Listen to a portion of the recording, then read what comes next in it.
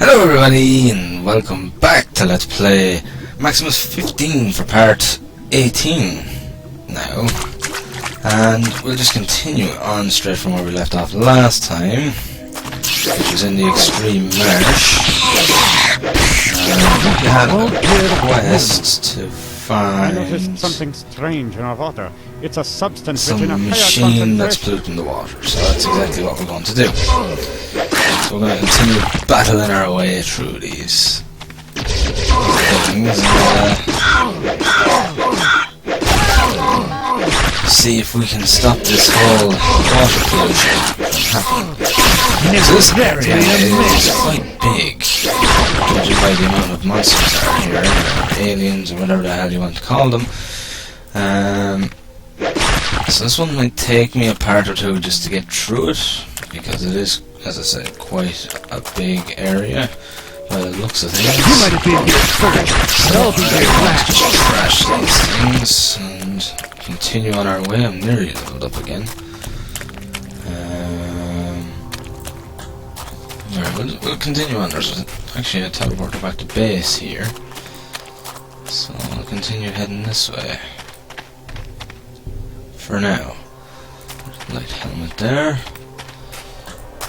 So yeah, we're still going strong in this one. We won't put raptors in this boss. Attack it. I hate that.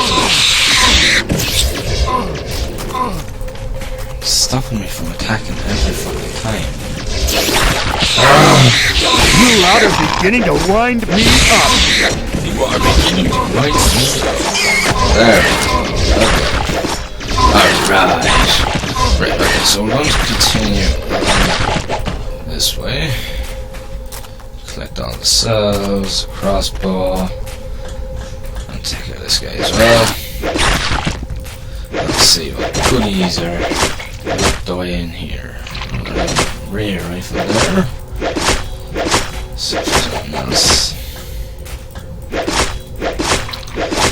Yeah, in the last part I muttered on a little bit about the difference between like this and Diablo and Diablo 2 in relation to environments and, you know, the likes of just characters in general, because as I said, the characters in this game, they're really, really bland and you just don't give a shit about them, to be completely and utterly blunt and honest about it. But you don't. You don't care if they live or die.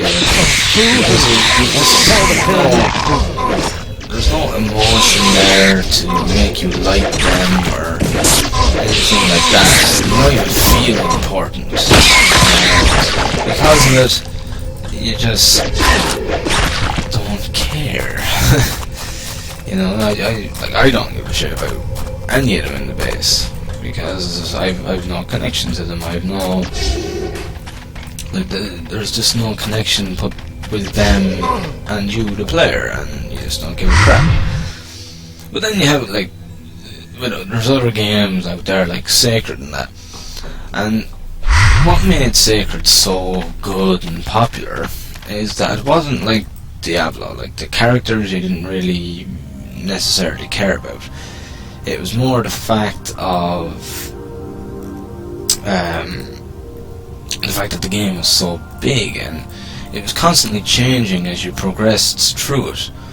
Like, there was certain areas that were sort of marshy, there was woodlands, there was desert, there was each area in Sacred was just so different, and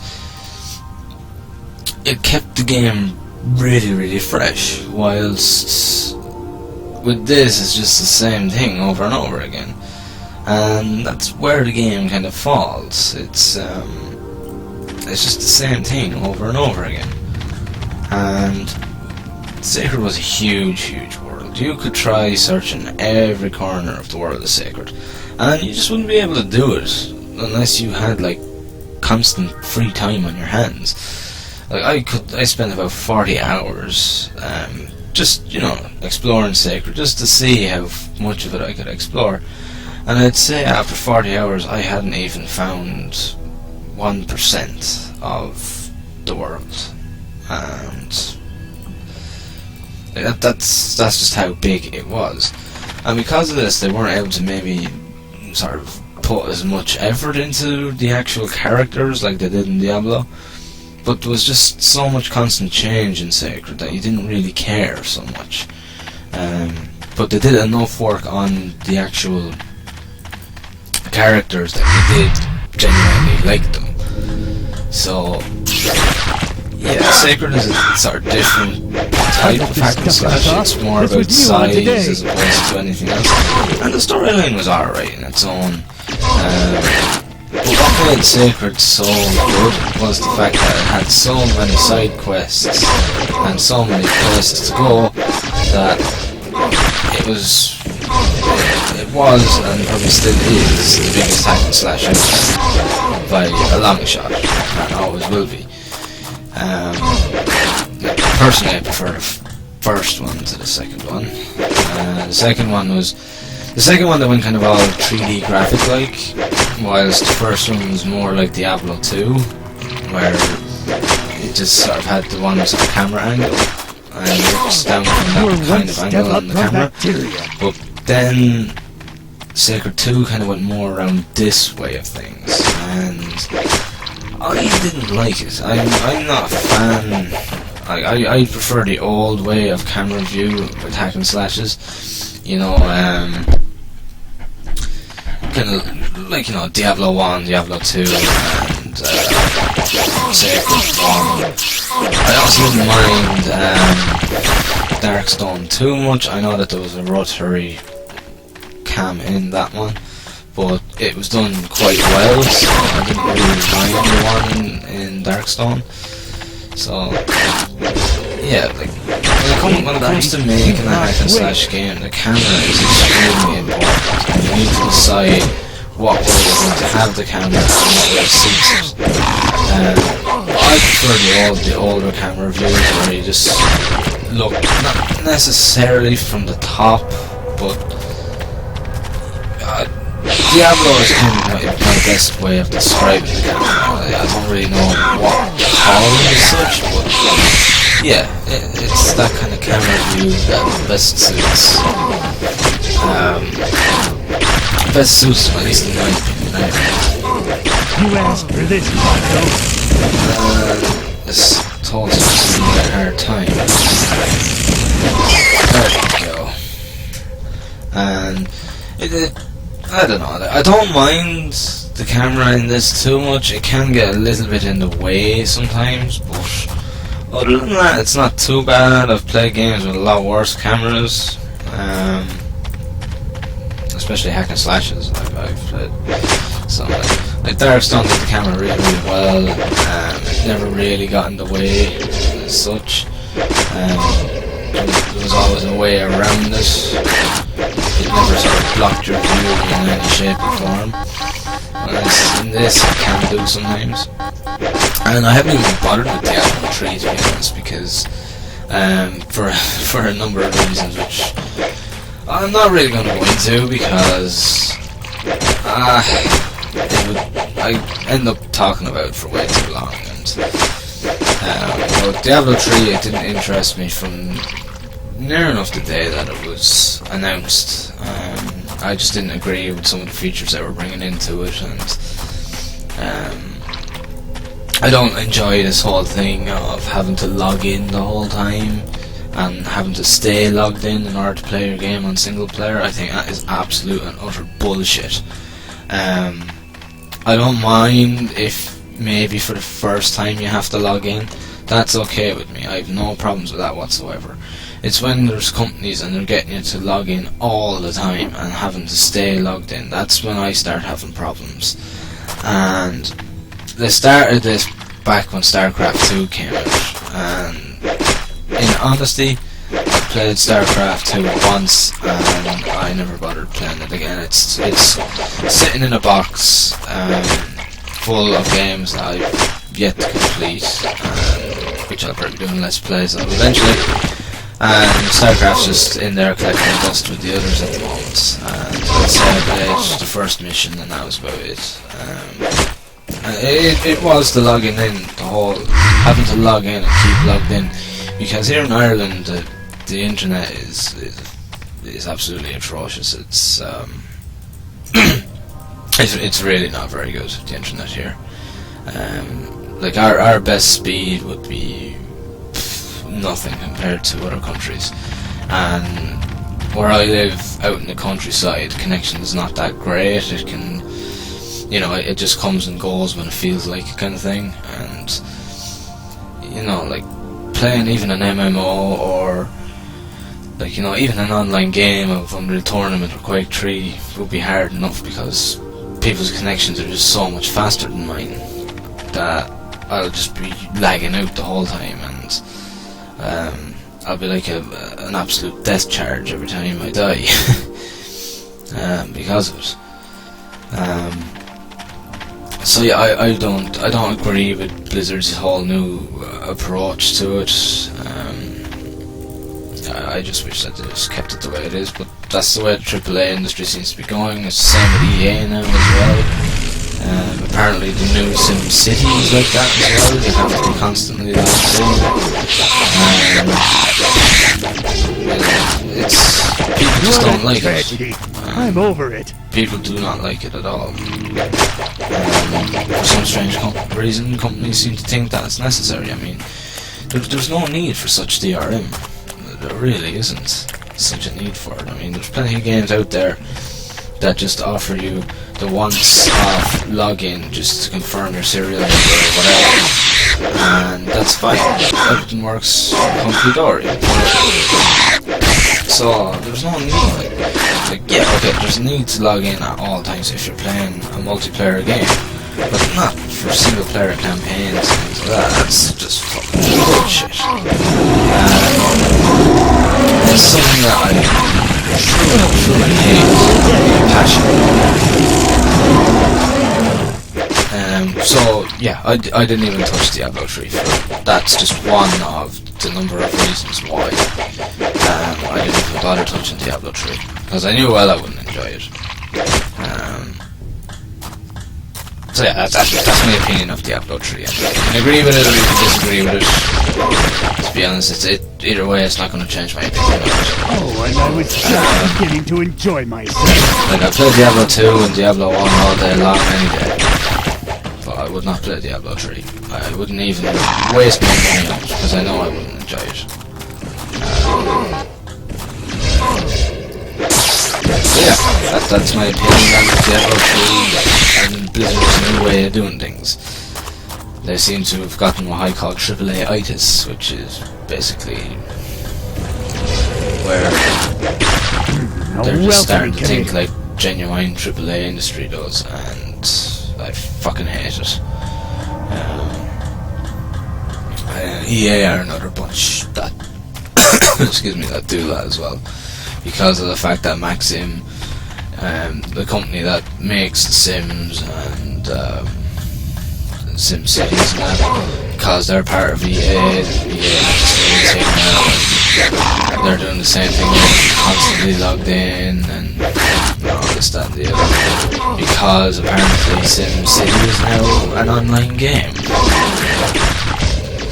Apparently. So, from what I've heard anyway, I'm never a huge fan of SimCity. I admit I had my little sort of phase of playing them when I was younger, but I don't really play them anymore. If I was to play SimCity, I'd definitely get the older ones, without a doubt, because they were a hell of a lot better. And all this crap of modern AAA industries. And the thing is that I've gone off of AAA industries, or at least modern age. I play AAA games from the early 2000s and from the 2000s to the 90s, but I've really gone off playing their games over the past couple of years, because they're just they're nowhere near as good as they used to be. I would sit all day playing older games, and it's older games that I'll generally be doing let's plays of, because of the fact that, you know, just AAA industry games are just not what they used to be, because for a number of reasons which I'm not going to go into, because I'll end up just discussing it for the next 5 episodes. What are you waiting for? But, the AAA industry has just gone to shit, and because of it, I just don't want any part of it. And oh, I don't believe that. There's a fucking mine there and I didn't see it. And because I was chatting away, I fucking forgot to save as well. But never mind, shit happens. But yeah, I'll support the indie scene over the AAA scene, because the indies know what gamers want, the indies know how to make good games. I'm not saying that every single indie out there makes exceptional games, because that's not true. There are some bad titles as well as good titles out there by indies, but generally speaking, the indie scene is far they make better games than the AAA industry. That's as simple as that. I think to really understand where I'm coming from with that, and to understand how we can say such things, you'd have to be sort of you'd have to be brought into the gaming industry at that golden time. I've been playing games since about 92, 93, I've seen the golden age, and I've seen, you know, I've seen great games, I've seen bad games, I've seen great companies just disappear, I've seen pretty much everything there is to see when it comes to games. I am about to get my ass handed to me here. And it's true that the gaming industry is a mere shadow, the AAA anyway, is a mere shadow of its former self. I don't think it's ever going to cop on to that until it starts seeing the injuries taken over. And it will happen. It will happen. Come on, man. Join the party. Over the next couple of years, the indie scene is going to overtake the AAA scene. And there's just no way of denying that. It is going to happen. And only then will the AAAs really understand.